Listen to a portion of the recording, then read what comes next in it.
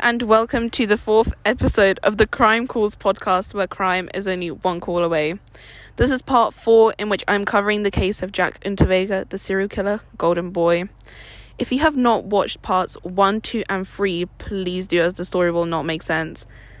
I highly recommend you watch the previous episodes, not only because it'll get me views, but because it's a very good podcast. I thought you were going to get money, though. You want to get demonetized quick. Yeah, with this menace, I'm going to get demonetized in a heartbeat, but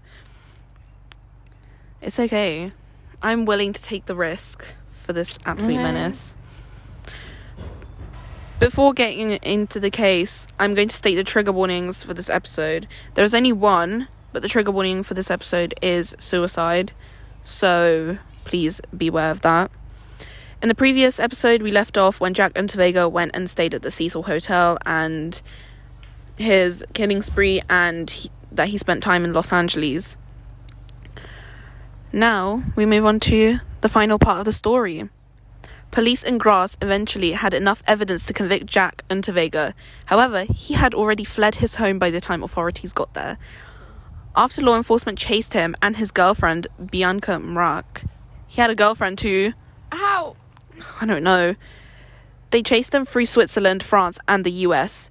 Jack Unterweger was caught and arrested by the US Marshals in Miami, Florida on the 27th of February 1992.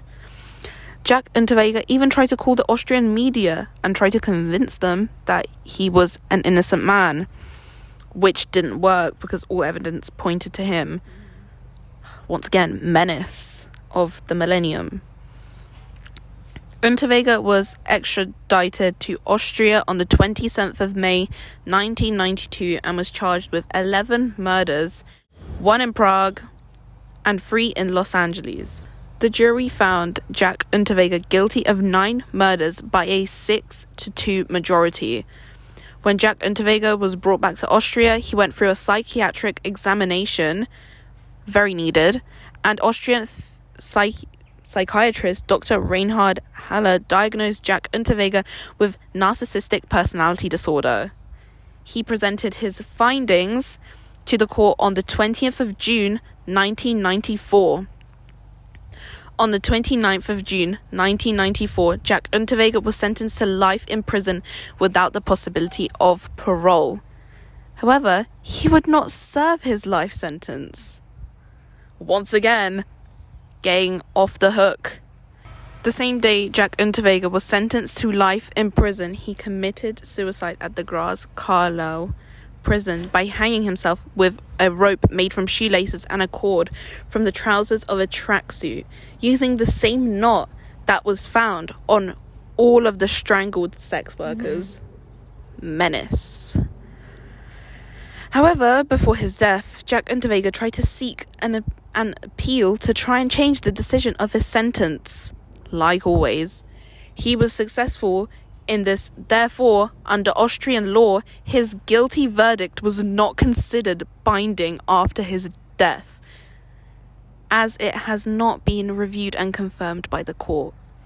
So, he just died, and they were like, he wasn't a criminal. They were like, not a criminal, just a journalist. Not a criminal, just a journalist.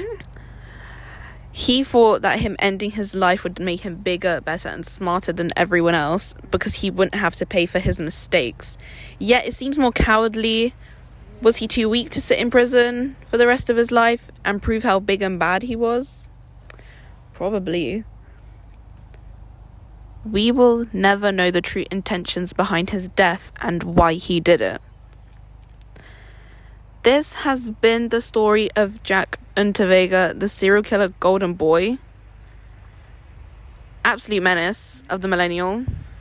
I want to get your opinion on this case. I've never heard of it, surprisingly. Since I'm an absolute menace and I watch true crime videos all the goddamn time.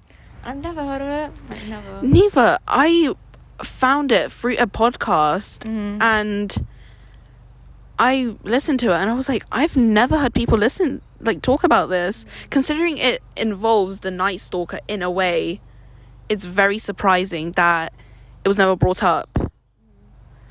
But I'm glad you enjoyed it, and thank you so much for listening. I hope you enjoyed this 4-part series. Hope you love the podcast as much as I did, and as much as you did. And Yes, thank you of for being my course. guest on this podcast. You're welcome. It's been amazing having you here. It's been amazing being here.